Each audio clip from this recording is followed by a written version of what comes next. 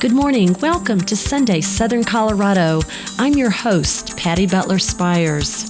This morning, we are going to talk to a historian, not someone who does research and reading, but someone who was born into history. Gary Clay Allison, the great-great-nephew of Robert Clay Allison, a gentleman gunfighter of the Wild West. He is a living historian, a writer, and a reenactor. He has been in some famous movies, including The Shootist with John Wayne, and has spent the last 30 years of his life trailing his famous ancestors to put in a novel, a story of his heritage that includes a stint with Charles Goodnight and Oliver Loving of the Lonesome Dove story. I had a conversation with this ancestor of a gunfighter and real-life link to the Old West. To the town of Aguafuia rode a stranger one fine day. Hardly spoke to folks around him, didn't have too much to say. No one dared to ask his business, no one dared to make a slip. A stranger there among them had a big iron on his head, big iron on his head. Here are some excerpts from his book. Clay soon came to rest in front of the Lone Tree Saloon. He stepped down from his horse and tied him to one of the many hitching rails located in the front of the saloon.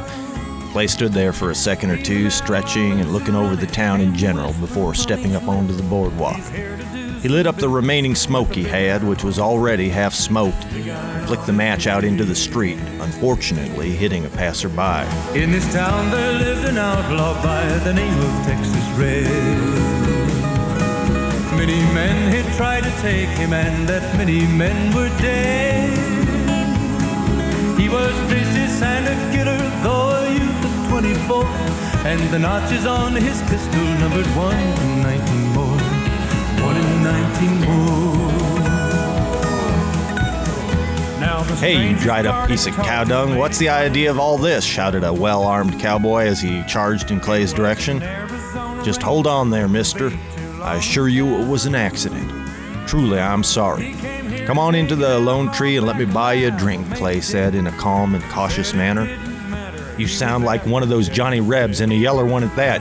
You have a gun? I suggest you use it, mister. Get down on your knees and lick the dust off my boots," taunted the man as he squared off, inviting Clay into a contest to the death. With this, Clay thumped the remainder of his smoke into the waiting cowboy's chest. The lit cigar continued on its way down into his shirt, causing him to forget Clay momentarily. The cowboy began ripping at the hot spot in his shirt. He stumbled backwards, tripping over the hitching rail and flipping over into a water trough located on the street side of it. "I guess that'll cool you off," laughed an onlooker. This only served to anger the cowboy further. He climbed out of the water trough, dripping wet and hot with rage, cursing Clay. "Somebody give me a gun, damn it." He was shouting to the crowd that was drawn to the street by the commotion the two were causing. Someone from the crowd did supply the cowboy with a gun. Then he holstered it and squared off in front of Clay once again. "Okay, mister, you asked for it," Clay said calmly with death in his voice. Clay's eyes narrowed as he prepared for the battle. All at once, the cowboy reached for his gun. The life and death of a gunfighter is the saga of Clay Allison, the gentleman gunfighter. It starts out in 1840 when he was born in Clifton, Tennessee, in Wayne County, Tennessee, about 20 years before the Civil War. Anyway, the Allison family was quite famous out west here, and the stories about Clay Allison, or Robert Clay Allison, was passed down to me ever since I was old enough to reach my grandfather's knee. And he was always, portrayed as a gunfighter, a black sheep of the family and everything else because, we didn't get the whole story. So it interested me quite a bit, and all my life when we played, cowboys, I was Clay Allison. The more I dug into our family's past history, the more I found. Now, tell me this. What is a gentleman gunfighter? Because it's almost an oxymoron. Well, back in the Old West and the Wild West, as you know, the 6-gun was the only law that a lot of people knew. A gentleman gunfighter, such as my uncle, he hated a liar, he hated a cheat, he hated a thief in that manner. And he never went looking for trouble, but the common individual that needed help at the time, my uncle was always there, to help him. To prove how bad he hated the bad man, he killed 56 in knife fights and gunfights in his day. Bat Masterson has quoted him, as killing 19. Wyatt Earp has quoted him as killing 8. It goes up and down the line, but after 30 years of research, it's still hard to say. In your research, are you pretty certain that most of the fights were because the other person was a cheater, a liar, a thief, or at least one of those things? Well, that's easy to prove or disprove because a lot of it happened right here in this area. I'll tell you one incident, real local, right here at home, December 23rd of 1876. My two uncles, Clay and his baby brother John, they were quite older then. They were in Los Animas, Colorado, and they were at the Olympia Ballroom. A local official there, he was having a good time with the Allison brothers that night at the dance, and they must have did something or said something to defame him, and it kind of upset him. And he tried to take their guns, and of course my uncle said, well, until you let the other gentlemen check their guns, I'm keeping mine because I have a reputation. And this upset the officer, and he stormed out of the Olympia Ballroom, went to the nearest hotel, and grabbed a Greener shotgun, which you'll be familiar with, those little coach guns you see on Westerns. Grabbed him a couple of citizens off the street and come back, and he tried to shoot my uncle in the back. He did fire off one shot, and about the time a lady on the dance floor screamed, "Look out, John," and it was my Uncle John turned around and caught one in the breast. He went to the floor, and that really upset Clay, so Clay went to firing, and he killed the deputy. Then he went out trying to shoot at the other citizens that actually did, but what happened when the deputy hit the floor, the other barrel of the shotgun went off and shot my Uncle John in the leg. So Clay picked up John. They ran to the hotel where they were staying at, and sheriff gathered up a posse and went and rounded up my uncles, and Clay come down toting John. He thought he was dead, so they jailed Clay, and they took John, put him in the infirmary because he was actually still alive, and they rushed him, some odd 18 miles or so over to Fort Lyons. Now, that was an Army hospital. And John did recover, and February, right after Clay was arrested, I haven't found out to this day who it was, but an anonymous citizen bailed Clay out of jail. We still have a lot of friends in Los Animas. When Clay came to Pueblo, he was stated for trial here in Pueblo in February of 1877. The charges was dropped to manslaughter, then to self-defense, and finally he was acquitted of all charges because it was self-defense. You can go to the Pueblo Library right now and pull up the old Pueblo Chieftain from that period. That's how far our family's been in the Pueblo Chieftain. But you can still pull up stories about the Allison family and Cimarron and the gunfights and the misendeavors of Clay. So when did you finish the book?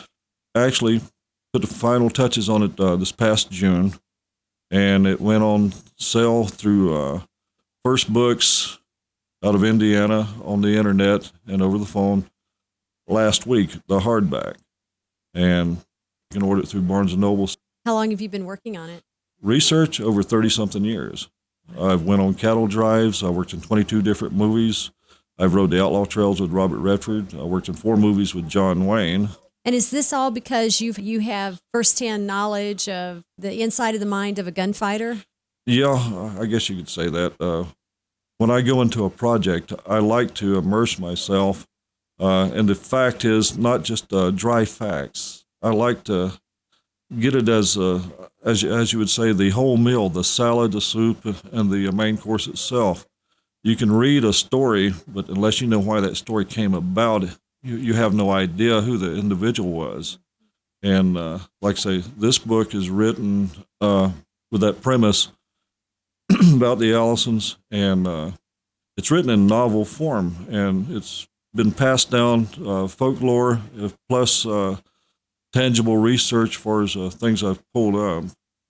You said it begins at the Civil War? Right at the end of the Civil War, Clay was captured in Central Nell, Alabama, And so he was a fighter for the Southern He was in the cause. He was in the Nathan Bedford Force's 19th Tennessee Cavalry, and there's a lot of things in the book that have come out. It starts out from right after the war in Waynesboro, Tennessee. Waynesboro, little burg, actually about 15 miles west of Waynesboro in Clifton, and they travel across country. And it tells about their travels and stuff, and the people they've met along the way, and their misendeavors as well as their hopes and dreams as coming to a new land, which was the West. And the way I've written it into the book, like I said, it's family folklore. Well, does it have some good love stories? Well, it's a family story. It's good for all ages. I've tried to keep all of the modern derogatories out of there, sex crimes and violence. And love stories could, maybe not have a sex scene in it, I'm thinking. I don't know, but yeah. Got some romance and how they met and courted and all of that. The book one, actually, it's, like I say, it's good for all ages. Tell you how good it is for all ages. I had my grandson proofread it for me. He's 7. And he stayed with it? Oh, he loved it. He's waiting for the book 2 to come out. He likes the part where his brothers and his family were held up in a Choctaw camp. And close back then, you had to show who you were and your machoism and your capabilities. And one of the deeds was he had to shoot a clay pot off of John's head. And that's a pretty hilarious scene in there. So it has something for everybody. And, of course, my grandson's named Clay also. Oh, wow. And yeah. But he really enjoyed that, and he's waiting for book 2 to come out. I'm working on book 2, which is Blood Moon over Cimarron, and it's the life and death of a gunfighter also. Tell me the importance, your children and your grandchildren, the importance to them knowing of whence they came. I've been involved in history for a long time. In 1961, I rode from Chattanooga, Tennessee to Atlanta, Georgia on horseback with my grandfather. My grandfather impressed upon me, how important it was to know where you came from in order to know where you're going. And the mistakes you made along the way, they are rectifiable where you won't have to make the same mistakes again. Henry Moses Gunn, he died in 1972, and he used to tell me about his father in the war and everything. And it didn't dawn on me until I became a young man which war he was talking about. See, in 1972, Henry was one of the oldest men in the United States. He was 113. And his father fought in the Civil War in the Confederacy for Company M, Army of Tennessee. So it's been impressed upon me all my life how important, history is and family ties and what brings us all together as a whole. The book has a lot of history about the area. Well, you can take this book and read it like a Louis L'Amour novel, which, God bless him, he's one of my distant friends and heroes, and actually follow the book and a map and places and bring you all the way here to Pueblo. Why did they come from Scotland? Do you have that part? Do you know? It was like anybody else. He's looking for a new start. As you know, they had a lot of wars and stuff over in Scotland, and when they got to America, it blew apart in the 1860s, and it was the same reason that they left the East and the South was to get away from the oppression of the governments that overtook the South. And they wound up in Texas, and then from there, Clay was on the first cattle drive with Charlie Goodnight and Oliver Loving in '66 that came through Pueblo here and all the way up to Denver and above Denver and sold cattle to John Iliff. And that's basically what book 1 covers, is their travels and settlement in the West, and it builds the characters, and it whets your appetites so well that you're going to buy book 2. Tell me this, the Texas Republic came down and was part of Colorado. Do you remember if Pueblo was part of that or not? Well, as you know, that's when Bent's Fort was built out there by Charlie and William Bent. It was right on the Mexican border, and the Arkansas River was the Mexican border. So throw you a little tidbit out there if you're really interested. Oh, yeah. check Bent's Ford out, Really? and do your research there. That give you young people out there something to do, and it's a lot of fun. So I've been meaning to get out there to visit because I have read about those guys and how one of them married a squaw and really embraced the whole Indian way much more so than his own way. well, actually, Charlie, I think his family was Hispanic descendant, and part of it, and he was a governor, and I think it was Taos is where his home was overran by a riot, and his whole family killed over there. Wow. But no, they did a lot for the commerce in the area, and book two, where I'm at now, it'll talk about several of their little deals down south of where Bent's Fort's at now, into the Panhandle of Texas, called Adobe Walls. Now, Adobe Walls is the only battle that was ever fought by Americans where everyone received a Medal of Honor. And the longest shot that's never been repeated to this day was done by a man named Dixon, and it was 9/10 of a mile with open sights. He shot a Comanche warrior out of a saddle with a Sharps rifle. Sharps rifle. In all my books, I bring out actual history, but what I do, I build the story around it, and well, that's what makes interesting, the learning process. yeah, the 99% of the characters in there are actual characters. The 1% is where I could not find somebody's name, and there's a little family code in there where it may be a family member that I have right now that I may throw in there, his name, his last name or something, or acquaintance or something. So who knows? You may be reading a book, you may be reading about a friend that you know. But reason it is novel form and it's based as fiction is where I could actually elaborate on the history that I've learned without restraints. And I just use that as a disclaimer where you can really enjoy the book instead of a lot of dry facts. And I think we're all pent up in dry facts as it is. So is Clay Allison the hero? Clay Allison is the main character. He was a gunfighter. He was a cattleman. He was a family man. Clay actually wound up with 2 daughters and 1 daughter after his accidental death. And I won't tell you how that happened just yet. You have to read the books or dig into history. But I will tell you that after his death, his wife remarried a couple years later, and her husband, second husband, became the mayor of Fort Worth, and they were Johnsons. And I talked to, a few years back, I talked to one of Clay's wife's daughter's, his actual granddaughter, a few years back on the telephone. How did you find her? Through my research. One thing bad about Allison's, they go about their business trying to pave ways, and if they're not pulling the wagon when they go through, they tend to lose it. So I went back, and it was a hard trail to find. How many pages is your book?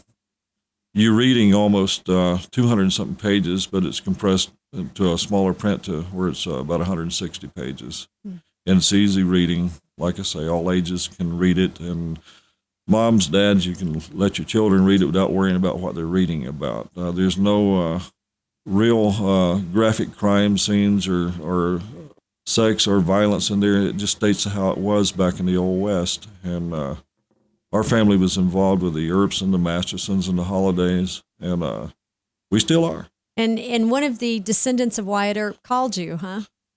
Actually, it was his name is Wyatt Earp, just like I go by Clay Allison. And I was one night, I was going over some notes, and I was deep in thought about the Earps. And my wife comes and says, Wyatt Earp's on the telephone. I thought she was kidding. I says, hang up on him. I says, I haven't got time. I says, tell him I meet him in Dodge. And she hung up on him, and then about 2 minutes later, I get this another call, said, it's Wyatt Earp again. I said, well, you tell him that Clay Allison's coming to Dodge and run him out of town. She says, no, I think you need to speak to this gentleman. So I got on the phone. I says, and you're Wyatt Earp? He says, don't hang up, Mr. Allison. I'm Virgil Earp's great-great-grandson. My name is Wyatt Earp. And who is Virgil? Virgil was, if you watched the series Wyatt Earp, Virgil was the one that got his arm actually shot up real bad, and Morgan was the one that got killed. They were Earp's brothers. Oh, okay. They're in Tombstone. All right, Morgan and Virgil were Wyatt's brothers. Right. And Okay. actually, Wyatt had several brothers. It was James and of course, Virgil and Morgan was the two main players as far as the stories. And Tombstone in 1881, that's where Morgan got killed there. And Virgil got shot up and he lost his arm. And that's when they left Tombstone in 81. Actually, what people don't realize in 81, that Doc Holliday come through here in Pueblo, and he was arrested for disorderly conduct. And before he went on up to Leadville and finally died up there in Glenwood Springs, where Doc is buried out now. John is up there in Glenwood. He died at a sanitarium of consumption or tuberculosis. Oh, bury me not on the lone prairie. These words came sad and mournfully from the pallid lips of a youth who lay on his dying bed at the close of day. You know, I remember seeing a picture of him. I guess it was a picture, maybe it was just a sketch, but I thought, this is not how this guy wanted to die. I think he would much have preferred to gone down in flames. Who are you talking about, Doc? Uh-huh. Well, who was the one that died with tuberculosis? That was Doc Holliday. Yeah, and I thought, oh, I bet he would have much preferred to gone down in a fight. Well, John was an old Southern gentleman, and the only friend that Doc ever had was Wyatt Earp. And I've been looking for this book for a long time because Wyatt Earp wrote a book, My Friend Doc Holliday. Did you find it? No, I'm still on the trail. I'm trying to get a hold of one of Doc's nieces back in Savannah, Georgia. See, Doc came from Savannah, and so if I find it, I probably won't let too many people know. No, I wouldn't either. I do have one of the runs of Wyatt Earp's wife, Josie Marcus. It's called I Married Wyatt Earp, and I keep it under wraps. Wow. So was it something she actually had in print? Yeah. After he died? Well, see, people thinks this was a long time ago. Wyatt Earp died in Los Angeles in 1929. No. Josie didn't die until 1941. And but these are not, if I remember correctly, maybe the Allisons were gunfighters for the right reason. My impression and just the limited knowledge I have on the Earps is not that. I don't think of them as... Well, I have to defend the Earps, even though... you talk to him on the phone now? Well, no, because of my research, we still have a lot of debates between the Allisons and the Earps. Debates as actuality of what happened in history? Yeah, as far as Dodge City, Tombstone, Ellsworth, Trinidad. Of course, Bat Masterson was a Marshal Trinidad for a long time. And before he moved on to New York, became a sports writer. But we talk about the old days, just like we were there. Well, in a lot of ways you were, because of the research. Once you have spent 30 years, much of your life researching, these people that you came from. Well, Jan, I've talked to a lot of descendants of my uncle's cowboys. And their stories. And we had several holdings and ranches just south of here in the Cimarron area. What kind of cows did the Allisons have? Actually, they were into, when they first went out, it was the Texas Longhorn, because the reason that you see all the Texas Longhorn on cattle drive, it wasn't because, that was a cow that we want for the drive, but it was because they had long legs where they could make the long journey. You had to have something that could walk. Well, they could go without water, too. Well, yeah. They were the Spanish cow, so... I'm from Texas. We're very proud of that cow. We're not, actually, if being that you're from Texas, you know that the Brazos, the Spanish was way before the Anglo was there, and they had fine holdings there in around the Brazos River, just south of Dallas. And when the Western migration came about after the war, the big surge. There was thousands and thousands and thousands of head of longhorn there. That's the reason they were so wild, because when the war broke out, there's no one to tend them.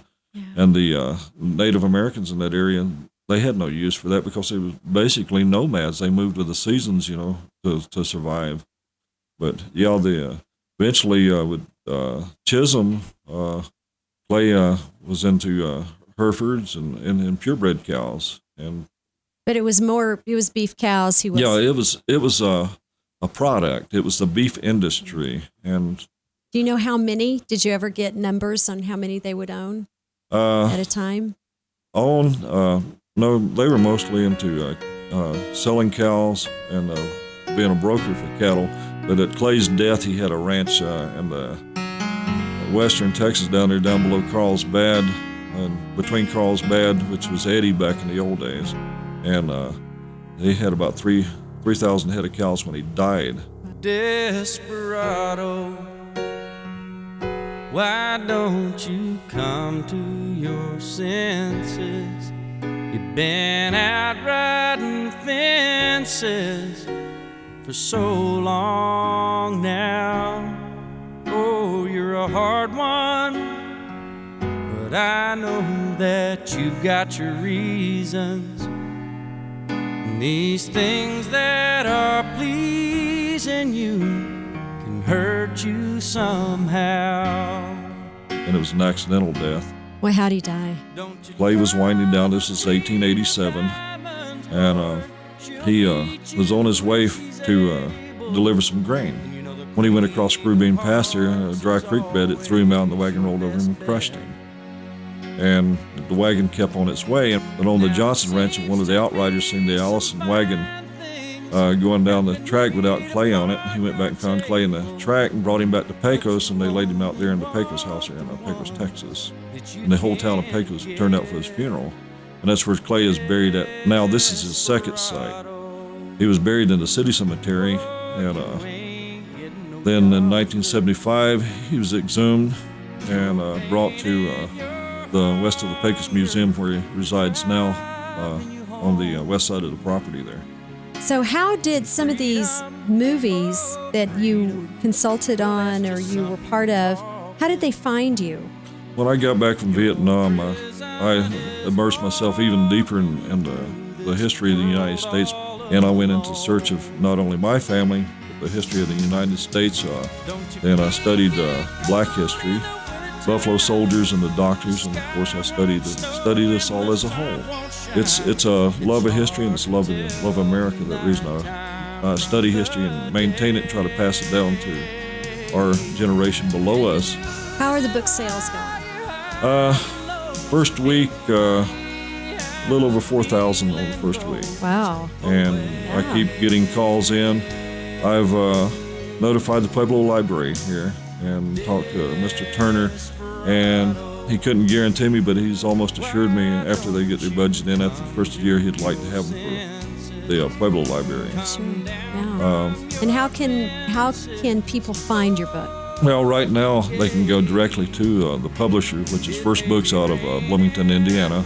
They can go there on a toll-free number, which is 888-519-5121. And that'll give you the main number. And The Life and Death of a Gunfighter by Clay Allison. And they'll print you one right up there and have it to you within a week or two. Mm-hmm. And you can get it in hardback, softback, or you can get it in ebook. And hopefully softback will be out next week, but the hardback and ebook's out now. Or you can order it through Barnes & Noble. You can go there and order it because Barnes & Noble, they have thousands of books, and they don't stock every book, in the store. But you can go there and ask for it, and they'll pull it up for you. But I would think that some of the local bookstores would be, the locally owned ones would be really happy to carry something by a local author. Yeah, and I do a lot of traveling, and I do a lot of one-man plays and performances and stuff about the Allisons and the Earps and the Old West. And then you are Clay Allison, and you act out? Not necessarily. Oh, really? Sometimes I'm Clay's best friend, Pete Montana, which you'll read about in Book 1. Sometimes I'm Clay, sometimes I'm Pete, and sometimes I'm just a bystander telling about the Allisons and the Earps in the old days. On Clay Allison's tombstone in Pecos, Texas, it reads, "He never killed a man that did not need killing." The book is The Life and Death of a Gunfighter, The Saga of Clay Allison, Gentleman Gunfighter. The author is Gary Clay Allison of Pueblo, Colorado. Thank you for joining us this morning. This has been Sunday, Southern Colorado. I've been your host, Patty Butler Spires. Join me again next week and have a great morning.